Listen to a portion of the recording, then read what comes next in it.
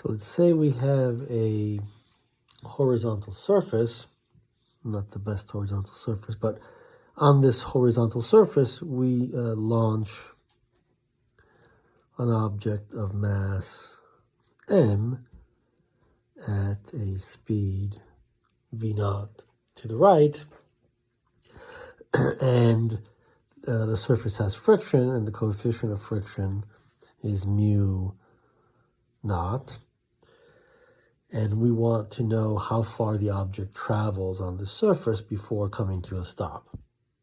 So, right, we're looking for a distance traveled, x minus x naught. Right, so we're just looking at the kinematic equations. Right, the first kinematic equation is x equals x naught plus the initial speed, which we know, v naught t, plus 1/2 times at squared if the acceleration is a constant, and the acceleration will be is a constant, and we'll see that. So that expression is okay. So x minus x naught, right, the total distance traveled from the initial point, we could call x naught 0, and this would just be the distance x. This is given by that. So clearly we don't have a time. We need to know the time that the object is in motion, and we need to know the acceleration a.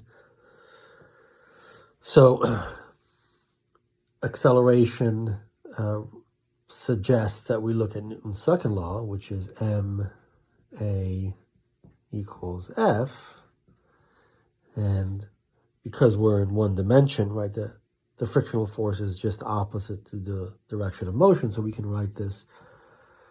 We could write this as an I hat here, but or just get rid of it because we can just look at the components of this. So we have ax equals the force along the x direction, or max.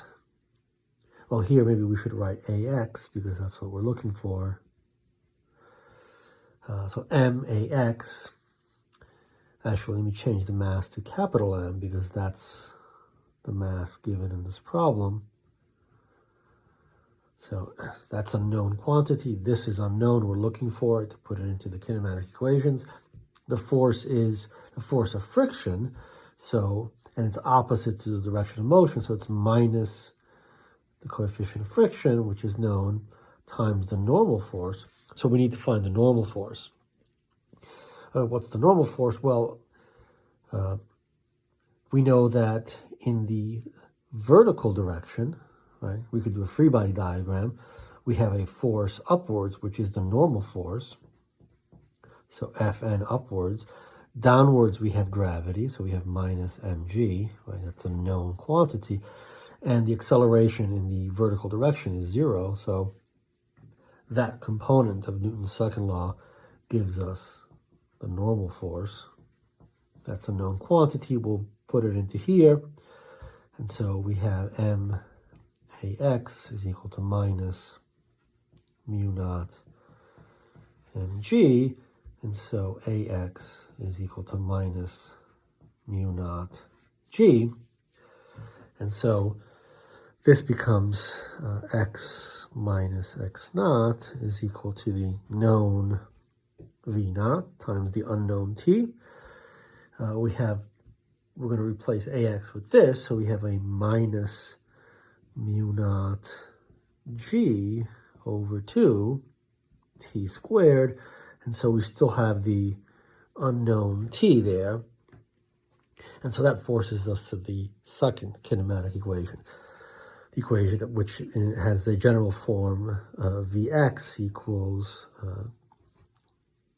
v naught x, but let's specify that to our problem, which is actually v naught plus axt.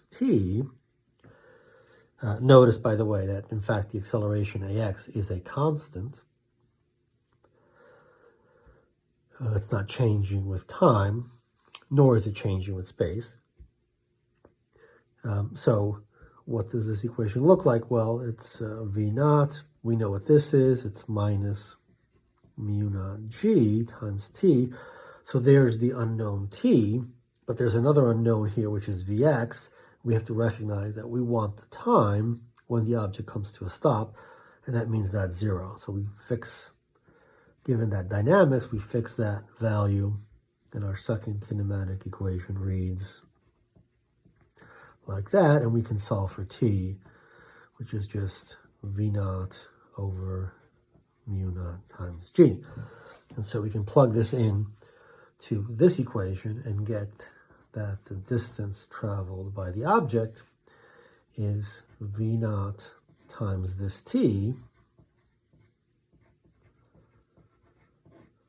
minus mu naught g over 2 times that same t squared.